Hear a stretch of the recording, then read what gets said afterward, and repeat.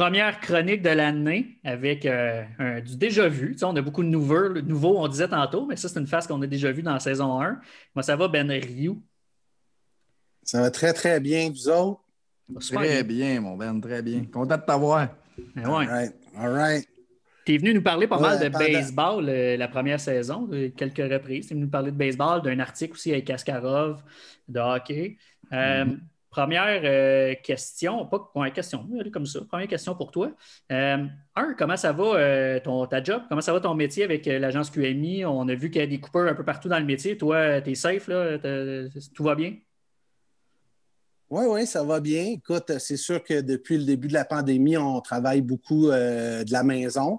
Donc, il y a un beat de vie qui change un peu, c'est-à-dire qu'on ne peut pas aller à l'entraînement de l'Impact, surtout que c'est au New Jersey, ou à l'entraînement des Alouettes. Puis, tu sais, il y a beaucoup de conférences de presse qui sont via Zoom aussi. Donc, ça fait un peu changement, mais c'est un beau défi. Tu sais, on trouve des sujets intéressants. Tu sais, juste cette semaine, un exemple, j'ai parlé sur Zoom avec une jeune skieuse, 16 ans, Olivia Asselin, qui fait du slopestyle. Puis je trouve ça intéressant tout le temps de faire découvrir des nouveaux athlètes. Tu sais, Olivia était chill là, entre l'Italie et l'Autriche en voiture. Puis, mais elle était super contente de l'entrevue qui a été faite. Puis du papier, j'ai eu un feedback justement aujourd'hui du relationniste. Puis, tu sais, on ne fait pas ça pour ça, mais c'est tout le temps le fun de savoir qu'on a un impact positif sur des athlètes qui... tu sais, je me fais un devoir, moi, de parler de certains athlètes qui, dans 4 ans, tout le monde va parler d'eux autres parce qu'ils ont gagné une médaille aux Jeux olympiques, mais finalement, c'est comme un peu comme au baseball avec les Abraham Taureau, puis les Charles Leblanc. J'en parlais avant un peu tout le monde, là, sans m'envoyer des fleurs, mais ouais, c'est ça. Mais tout ça pour dire que ça va bien mon travail. Good job, content pour toi. Puis t'as une belle casquette. Masters 2013. Une casquette du Master. Ouais. C'est un de mes chums qui m'avait rapporté. Non. C'est un de mes chums qui m'avait rapporté ça. Je ne sais pas si vous connaissez François-Étienne Corbin. Oui, on le connaît, on vient de finir avec lui. Ben oui, je suis bien chum avec François-Étienne. Là. Ça fait vraiment partie de mes amis proches. On a été au cégep de Jonquière ensemble, puis j'ai même été son petit page à son mariage. Donc, c'était même pas garçon d'honneur, là. C'était plus que ça, parce que je suis aussi ami avec sa femme.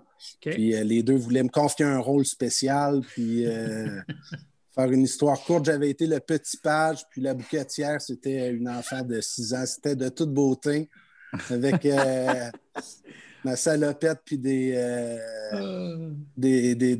bretelles, puis le petit chapeau haute forme. Il doit rester des traces de cette apparition-là. Il paraît que tout a été effacé. Oui. Mais j'avais lu aussi à son mariage, je me rappelle que le mot commençait par « Et Joe Sakic leva la coupe et il disait à ses disciples, je parlais de Joe Sakic parce que c'était le joueur préféré de François-Étienne, mais il y avait beaucoup d'oncles et tantes de François-Étienne qui ne comprenaient pas ce que je disais en avant. Là, fait que c'était assez loufoque aussi. Un beau mariage. Aucun doute là-dessus, Ben. Hey, le titre de ta chronique, en fait, aujourd'hui, parce que c'est une chronique, ça s'appelle « La légende d'Arrowhead ». Exact. Je te laisse aller avec ça. Mais écoute, juste pour une petite mise en contexte, vous me dites, c'est une émission spéciale pour le golf. Toi, Ben, qu'est-ce que tu connais au golf? Et en fait, vous allez voir que je suis un joueur très amateur, mais j'avais déjà écrit une petite histoire sur une partie de golf que j'avais joué. Donc, écoute, ça ne sera pas très long. Je vais vous lire ça. Donc, ça s'appelle « La légende d'Arrowhead ». Alors, comme un bouillon de poulet pour l'âme du golfeur, je vous partage ma petite histoire vécue. Le 30 avril 2018, au club The Legend at Arrowhead, à Glendale, en Arizona. C'est un classique. Jouer la ronde de sa vie devant aucun témoin. Il était tôt, aux alentours de 6h45 quand j'ai pris le départ, seul. En formule golf déjeuner pour 25 $ US, il faut d'abord savoir que je n'ai rien d'un bon golfeur. Je crois avoir cassé le 100 une ou deux fois, pas plus. Et si ce fut bel et bien le cas, j'ai dû jouer 98 ou 99. Chose certaine, j'ai remis une carte de 103 une fois, en 2014. Mais il me semble que j'ai déjà joué en bas de 100. Je ne suis pas certain. Je n'ai pas gardé la carte. Bref, lundi magique dans le sud-ouest des États-Unis. Les astres étaient alignés. Le soleil réchauffait les palmiers, titillant du même coup mes points de rousseur en constante ébullition. À propos, on raconte que les points de rousseur étaient autrefois vus comme des signes de sorcellerie. C'est documenté. Ceci explique probablement cette ronde extraordinaire. C'était peut-être aussi l'effet des bâtons doués ou encore mon look à la Ricky Fowler. Quoi qu'il en soit, la balle voyage en Arizona. Des coups de départ de 250 verges en ligne droite, des approches surprenantes. Et cette seule fois où j'ai visité le sable, cette trappe aux allures de Grand Canyon, j'en suis sorti en me retrouvant à quelques pieds du fanion pour enrouler facile. Du 14e au 17e trou, par, bogey, par. Pour moi, c'est tout un exploit. Bon, pour mon ami Patrono, c'est une mauvaise séquence, mais bon. Bref, j'ai complété le back nine en 45 coups. La légende d'Arrowhead dira « J'ai joué 90 ce jour-là en Arizona ».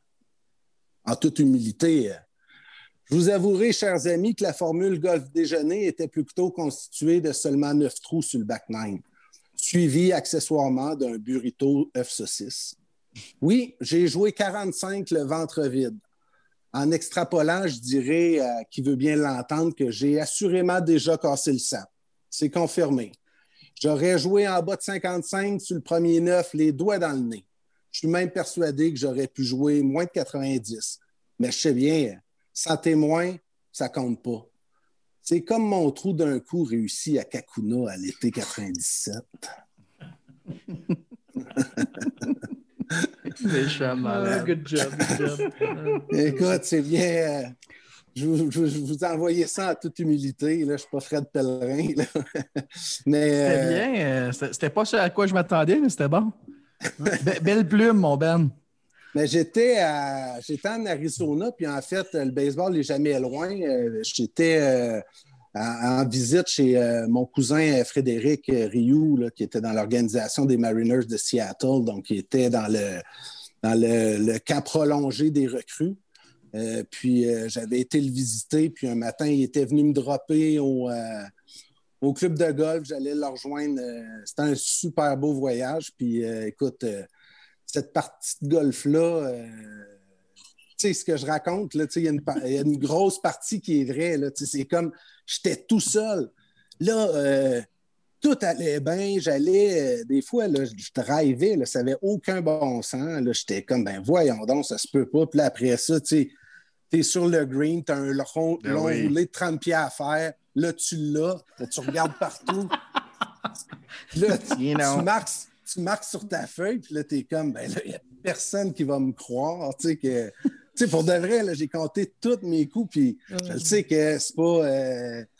Je ne gagnerai pas le Masters en jouant 45 sur un 9, là, mais moi, je capotais. Là, j'avais jamais aussi bien joué que ça. Tu sais. C'est un accomplissement personnel. C'est parfait. Ben oui, puis là, mais c'était trop absurde. Là, j'étais tout seul. Tu sais, c'était comme. J'aurais pu faire à croire que j'ai joué 80, tu sais, ou que j'ai joué 40, mais tu sais, honnêtement, j'ai joué 45, puis pour moi, c'est légendaire. Je commence à te connaître bien, que tu aurais mal vécu avec ce mensonge-là, de dire que tu as joué 80. Mais moi, j'ai toujours dit que si je faisais un trou d'un coup comme toi en 97, là, j'ai toujours dit que ce soir-là, cherchez-moi pas, je me couche fini à la corde, comme on dit. Peu importe la journée ou le moment dans ma vie, si je fais un trou d'un coup, cherche-moi pas, je suis au bar, puis je me commande un taxi. Là. Surtout s'il pas ressemble d'autres à options. lui de John Ram aujourd'hui à l'entraînement. Oh, ouais, L'avez-vous vu? Ben oui. C'est incroyable. C'est incroyable. Quel coup de golf. On avait vu, je pense, c'est Speed, je pense, qui a fait ça l'année passée ou l'année d'avant, mais pas un trou d'un coup, là, qui a fait un coup sur l'eau comme ça. Là, un trou d'un coup, c'est malade.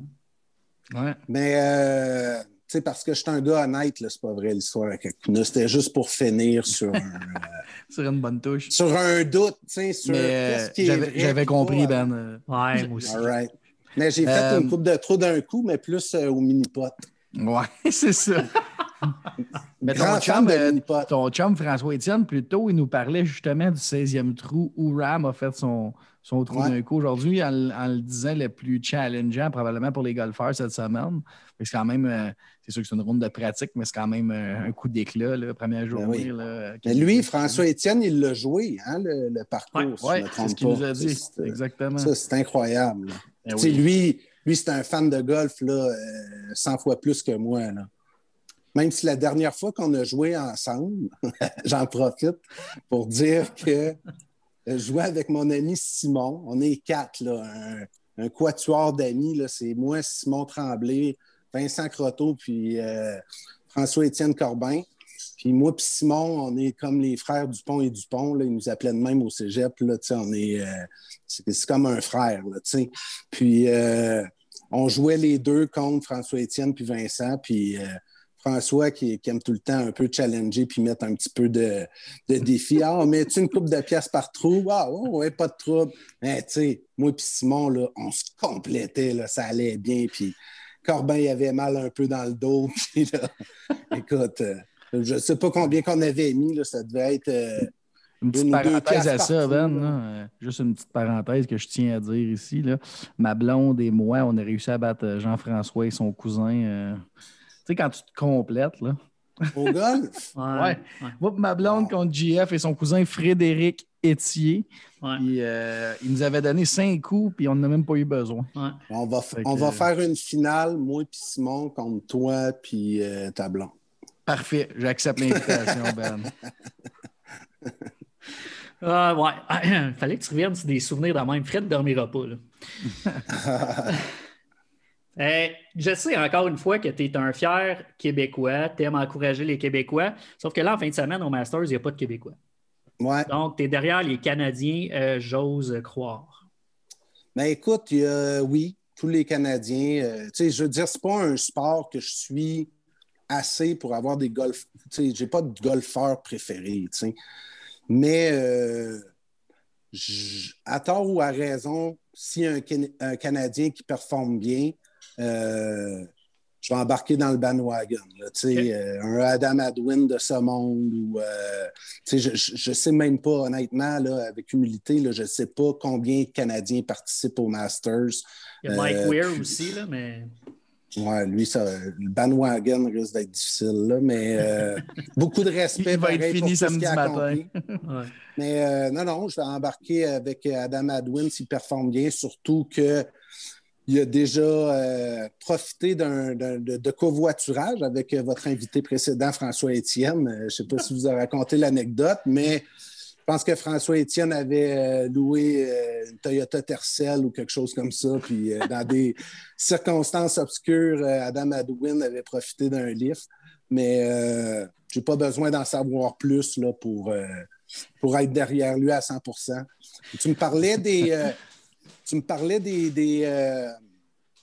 des Québécois golfeurs, puis ça me fait penser qu'un de mes collègues au travail, Philippe Asselin, a fait un excellent article que vous pourrez trouver sûrement sur le web, qui est fait avec un entraîneur, là, son nom m'échappe, mais qui est entraîneur des golfeurs chez les Carabins de l'Université de Montréal, okay. Entre autres. Puis il est entraîneur de plusieurs espoirs québécois, dont Hugo Bernard, Laurent Desmarchais, pour ne nommer que ceux-là. Puis lui, il disait, en gros, l'article, là, vous irez le lire, mais il disait que d'ici 5 à 7 ans, là, il ne serait pas étonné du tout qu'on voit enfin des Québécois. Là. C'est comme un mont Everest à gravir, là, mais qu'on voit enfin des Québécois sur le circuit de la PGA. Puis pas pour un tournoi ici et là, mais comme régulier. Là. Okay. Donc, il y a un avenir. Je trouvais l'article bien intéressant. Là, oui. Ce serait gros pour le Québec d'en avoir un sur le tour régulièrement, là, qu'on peut suivre. C'est sûr que les codes d'écoute montraient en flèche dans notre petit coin de pays. C'est sûr. Puis probablement que, tu sais, c'est beaucoup de jeunes aussi là, qui progressent. Donc, tu sais, ça prend un Laurent Desmarchais pour créer une espèce de folie autour du golf chez les jeunes, comme un Félix Auger-Aliassime au tennis, par exemple. Des fois, on est à un golfeur de la PGA près là, de créer une espèce de vent pour la relève. Oui. Ben Rio, les gens qui veulent te lire, ils font ça où? Écoute, moi, c'est l'agence QMI, donc c'est l'agence de presse de Québécois. Donc, parmi les clients, il y a TVA Sport, il y a le Journal de Montréal, le Journal de Québec, le Journal 24 heures qui est gratuit dans le métro. Donc, habituellement, c'est là. Vous pouvez me suivre aussi sur Twitter, c'est @benrio. Puis souvent, je suis assez fier de mes articles pour les linker. Fait que, où je link les meilleurs. Fait que si vous me suivez sur Twitter, vous allez avoir que le bon côté de Ben Rio. Oui, puis l'autre petite chose aussi que je veux que tu nous glisses un mot là-dessus, c'est ton livre. Moi puis David, on l'a acheté. Je t'avoue que je ne l'ai pas lu encore, mais c'est sur ma table de chevet, ça s'en vient. Comment ça se passe tout ça? Es-tu content du résultat? Ah, écoute, c'est quelque chose. Le livre sur Derek Aucoin, La tête haute, je suis fier du résultat, mais pour moi, le plus grand résultat, c'est d'avoir écrit l'histoire de Derek pour son fils Dawson, puis aussi pour sa femme. Il y a un côté très, très, très humain, mais écoute, dernièrement, il y a Luc Gélina de RDS qui m'a écrit un mot tellement beau sur mon Facebook en disant que lui, il avait peur de le lire. Il était probablement comme toi, il l'avait laissé sur sa table de chevet longtemps. Pour vrai, le message de Luc Gélina là, me parlait parfaitement. C'était exactement ça pour moi. En gros, pour le résumer, c'est qu'il disait « J'avais peur de lire ce livre-là parce que je connais bien Derek, je connais bien sa femme Isabelle. J'avais peur d'avoir de la peine en lisant le livre. Puis finalement, ce livre-là, c'est un livre qui est un beau message d'espoir, qui célèbre la vie. Donc, écoute, je vous en parle. Puis, tu sais, Luc Gélina, c'est quelqu'un qui est très respecté dans notre domaine, dans notre milieu. C'est un gars qui a écrit des livres aussi. Il sait les efforts qui sont mis là-dedans. Puis, j'étais très, très, très heureux. Puis, tu sais, comment que ça se passe, le livre? Juste tantôt, mon voisin posait ses lumières de Noël dehors. Puis, il me dit « Hey, c'est vrai, j'ai oublié de te dire, j'ai fini ton livre. » Puis, tu sais, lui, là, zéro fan de baseball, tu sais. Puis, il me dit « J'ai découvert, tu sais, un personnage ou une personne qui peut vraiment me faire réfléchir, tu sais, qui m'a amené à reprendre contact avec des gens avec qui je n'avais pas parlé depuis longtemps. » Donc, tu sais, c'est ça qui me fait plaisir. C'est des témoignages comme ça que je sens que je l'ai fait avec mon cœur, puis je l'ai écrit pour les bonnes raisons. Puis, Noël s'en vient. Pas juste mon voisin qui pose les cadeaux de Noël. Puis, tu sais, je vous dirais honnêtement, quand le livre est sorti, c'était le début de la pandémie de COVID-19. Les librairies étaient fermées. C'est un beau défi. Regarde, je profite de la tribune pour de vrai. Faites-vous un cadeau. Faites-le pas pour me faire plaisir. Vous allez me dire merci après l'avoir lu. Pour de vrai, je suis assez confiant parce que Derek est un homme extraordinaire. Le Québec a besoin de Derek Aucoin. Puis, je suis assez confiant avec le contenu de ce livre-là pour dire que vous allez me remercier. Puis, achetez-le à vos parents et amis pour Noël. Exact. Merci. Okay. Puis merci d'en reparler, JF. Ça fait plaisir. Ben Rio. Merci à toi, Ben. Allez, moi, c'est sur ma table de chevet, puis ça s'en vient. Merci, Ben, d'avoir été là encore une fois avec nous. On se reprend, c'est sûr, bientôt. Saison de sport, elle va recommencer bientôt, puis on s'en reparle prochainement. All right. Merci, Ben. Masters. Hey, ben, oui, toi aussi. Bonne soirée. Bye bye. Salut, man.